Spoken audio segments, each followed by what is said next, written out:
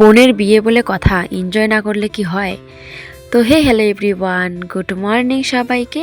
ভিডিওটা ছিল সোমবার। সেই দিনে এতটাই বৃষ্টি ছিল যে আমরা সকাল সকাল যেতেই পারিনি বিয়ে বাড়িতে।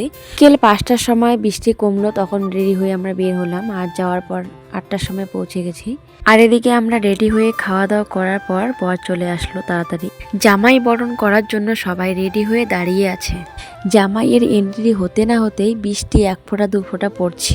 এখন ছোট বোন তার জামাইবাবুকে পা ধুয়ে দিচ্ছে। খাওয়াতে খাওয়াতে একটু হাসি ঠাট্টা তো থাকেই। এখন তো জামাই বিয়ের পিঁড়িতে বসে গেল, আর এখন আমার যে বোন বোনকে মাসি খাইয়ে দিচ্ছে, যেই নিয়মটা থাকে আমাদের দুধ কলা খাওয়ানো। এই সময়টা আমার জীবনেও এসেছিল, আমি আর চোখে জল ধরে রাখতে পারিনি।